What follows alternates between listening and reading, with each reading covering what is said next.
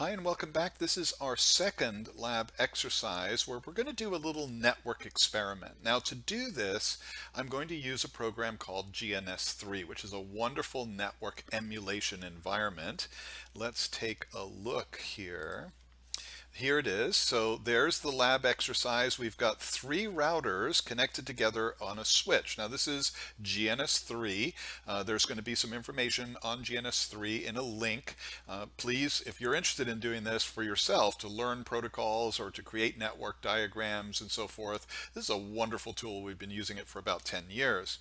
Now to start up this network, because you'll notice all of these devices have little red dots here, meaning that they are not operational. So let's start them up here. These are real instances of Cisco routers. So they're booting up. There we go. Everything has turned green. Looks good. Now what I'm going to do is console to these devices.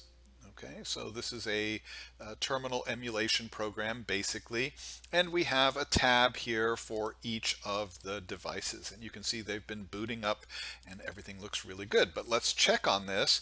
So the first thing I want to do is get my privilege mode prompt. Remember, these are Cisco routers. They're really running Cisco iOS. This is not a simulation, this is an emulation. And I'm going to do a show IP interface brief. And we can see here that this is router number 1, and we can see 192.168.0.1 is the IP address on the FAST00 interface, and it is up and running. And there we go. So right there, that's that green dot. There's the IP address. So this matches exactly what the diagram says. We can do the same thing for router number 2. And we should get this time on Fast Ethernet 00, we should see 192.168.0.2, and indeed that matches the IP address right there. And finally, let's just do this on router number 3.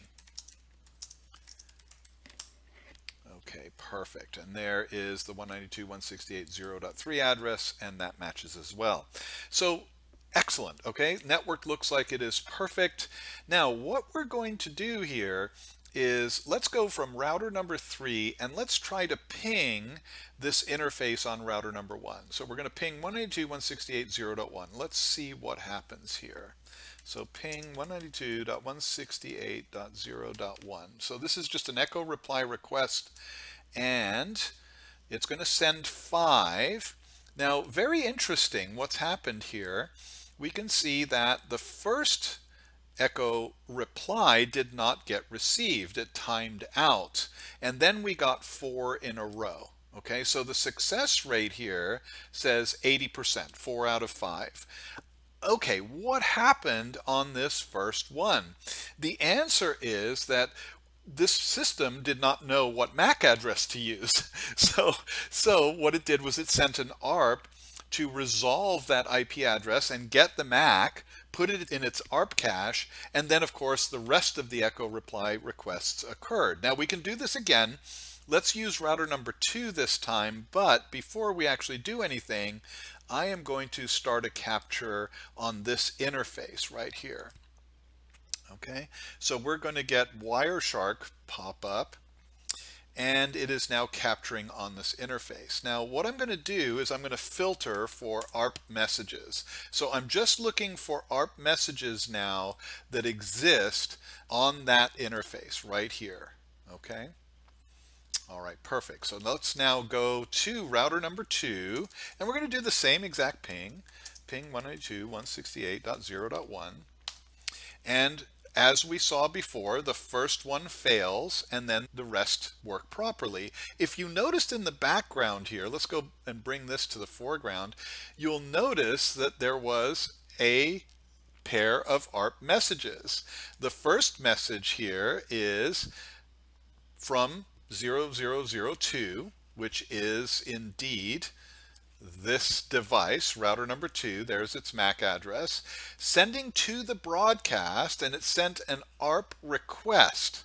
Okay, and it says, I am 00002 at 192.168.0.2. I don't know the target MAC address, it's all zeros, but this is the IP that I need to know this for, right? So it's saying, who is that particular device?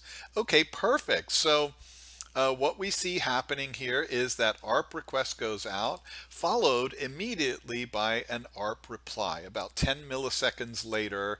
This time it's from 0001 to 0002, so this is a unicast message. It is a reply, and now we see the sender MAC, sender IP completely filled in for the 192.168.0.1, and of course going back to 192.168.0.2.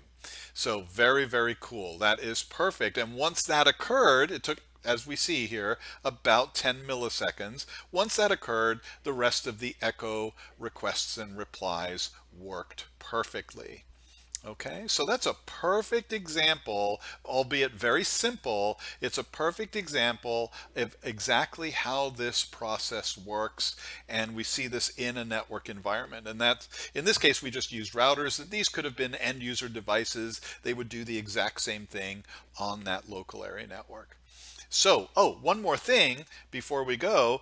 What about the ARP cache? We can do that. We can say show ARP. And we can see right here that we have the 192.168.0.1. There's the hardware address. It's about 2 minutes old, right? And it was done from the ARP. And then, of course, we are listening, right, for our own. So let's actually add one more here, right? Let's go into here and let's ping 192.168.0.2. And let's see what happens here. Again, we get the same thing. If we go back to router 2, did that change the ARP cache? Let's see. And the answer is yes, it did. There we go. So now the 0.3 address is also in here because, of course, it had to answer to the 0.3 when the 0.3 did the ARP request.